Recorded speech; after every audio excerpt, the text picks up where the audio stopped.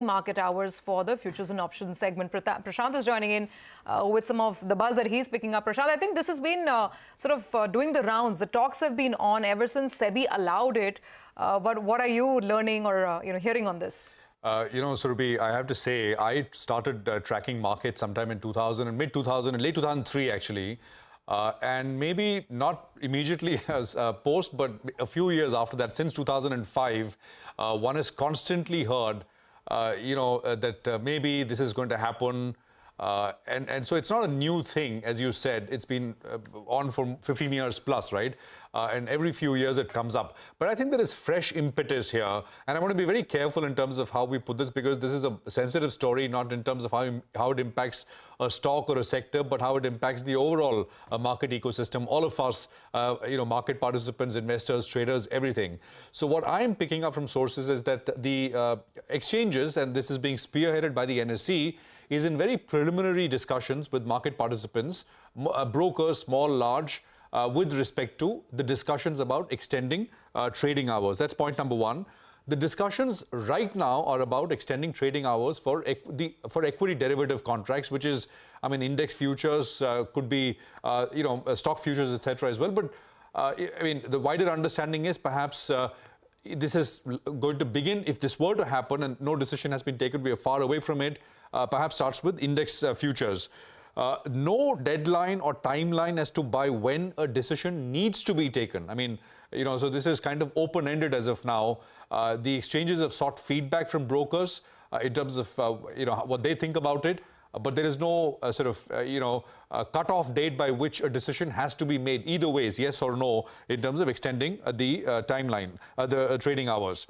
There is widespread acknowledgement, because I spoke with a wide variety of people in the ecosystem, and there is wide acknowledgement that before any decision is taken, there are various tech settlement and other issues which need to be settled before one can go ahead. And of course, some of this will have to be done if we decide to go there, which is extending trading hours.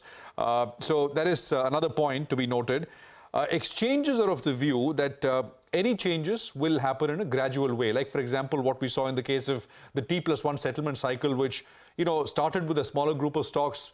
Then, sometime later, another group of stocks was included, and it happened in a phased manner. So any decision will be gradual in that sense. Exchanges are of the view, and I think this is not new, that the current hours are kind of pushing volumes offshore. SGX Nifty, of course, etc., have been a constant refrain we've heard from officials.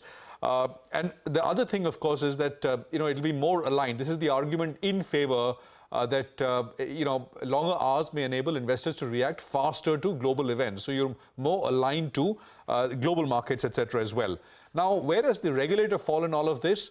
As of now, SEBI, there is already an in-principle enabling provision to do this. SEBI in 2018 had issued an enabling provision for the extension to take place. As per that, exchanges have the powers to extend the F&O segment trading till 11:55 in the night, and they have the power to extend trade timing in the cash segment till 5 p.m. in the evening. So they don't need fresh approvals. But this is going, if this were to happen, as I said, no timelines, etc., this would happen. It's pretty big, I'm sure. The regulator has a say in as well. It's a hotly debated topic, and it's been so for so many years, and there's so many arguments on both sides. But I'm just presenting what I'm picking up after speaking, as I said, to a wide variety of stakeholders in the stock market ecosystem. Back to you. Prashant, I was chatting with one of the market participants, someone from a reasonably large brokerage on this, and we exchanged notes on the possibility, and there was a one-word reply that I got: terrible, for obvious reasons, right? Tough city, Mumbai, and if you have to keep your F&O desks working till 5 p.m., perhaps not too easy. If it's say, for example, Nifty futures, right, and it's screen-based trading, and the point is that online brokers are now a large segment of the market, very large segment of the market. So. And there are no, I'm sure they have offices, but you don't call into the broker to place an order, right? You open your laptop and you punch in the order.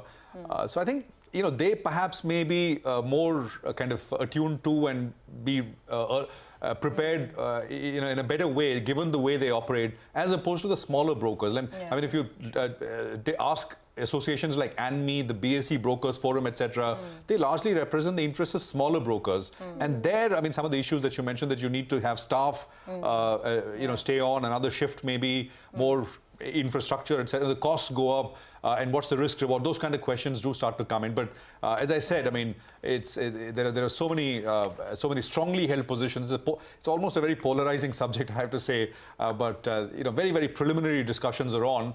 Feedback is being sought, and as I said, this may go on for a while before we actually get to any sort of decision. Back to you guys. Nitin Kamath of Zerodha, and he's tweeted on this, and he's saying, I'm conflicted, right? Because on one hand, you do get a level playing field between domestic traders and global, and all the points that you spoke about.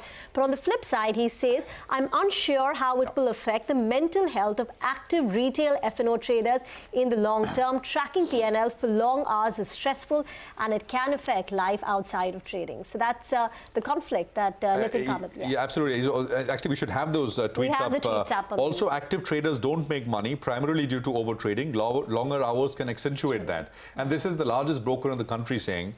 And he goes on to say, while it could boost revenues for capital markets businesses in the short term, I'm unsure if retail investors will end up doing better. This could then potentially lead to lower participation and liquidity in the longer run, which will affect everyone. So, I think Nitin jumped into that debate, and I've been seeing this on social media for the last many days, right? I mean, but this is where things are at. It's not as if something has been decided and something is coming. A lot of what I saw on social media seems to suggest that this is a given, this is happening, be ready for it.